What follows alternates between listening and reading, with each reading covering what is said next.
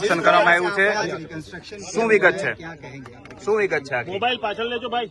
આજરોજ બંને આરોપીઓને 27 તારીખ સુધીના મતલબ 7 દિવસના જે નામદાર કોર્ટે પોલીસ કસ્ટડી રિમાન્ડ આપેલા છે, જેમાં બંને આરોપીઓને સાથે રાખીને ખરેખર બનાવ કઈ રીતે બનેલો છે તેમજ જે આરોપી મેહુલનો જે મોબાઈલ છે આગમાં જે જલી ગયેલાનું જણાવે છે, તો એ કબજે કરવા માટેની કાર્યવાહી ચાલી રહી છે। અત્રે સાહેબ, પ્રાથમિક વિગત શું સામે આવી છે? ઘટના બની કઈ રીતે બની? શું ઘટના એમાં જે આરોપી છે સાદિક, એને કામે લાવેલો જે એક વ્યક્તિ જે બરોબર જે અંદર જ્યાં આ મટીરિયલ રાખેલું એ પેલાની અંદર ગયેલો, એ દરમિયાન અચાનક આકસ્મિક બ્લાસ્ટ થયેલાનું જણાઈ આવેલું છે।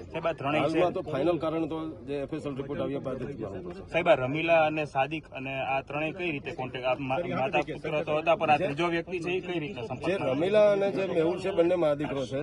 અગાઉ જે મેં આપને જણાવ્યું એમ એમનું 2014 સુધી અહીંયા યુનિટ ચાલુ હતું, એના ઉપર જે તે સમય બ્લાસ્ટ થતા એમની ઉપર ગુનો દાખલ કરવામાં આવેલ હતો। પરંતુ સાદિક છે પણ એ પણ અહીંયા બાજુમાં રામોલ ગામનો જ છે, એટલે બંને અગાઉ જયારે વાંચ ગામથી જે આ બંને સામાન લાવતો અથવા તો અગાઉ પણ આ બંને જૂના સમયથી ઓળખે જ છે એકબીજાને, જયારે આનું મેહુલનું અગાઉનું કારખાનું ચાલુ હતું ત્યારે। સાહેબ, પોલીસ કઈ મુદ્દા ઉપર તપાસ કરશે આગળ? પોલીસ હવે ખરેખર આ એક્સપ્લોઝિવ કઈ જગ્યાએથી આ લોકો લાવવામાં આવેલ હતા અને એને મકાન ભાડે આપનાર, સોરી જમીન ભાડે આપનારનો શું રોલ છે એ દિશામાં પણ તપાસ કરવામાં આવનાર છે।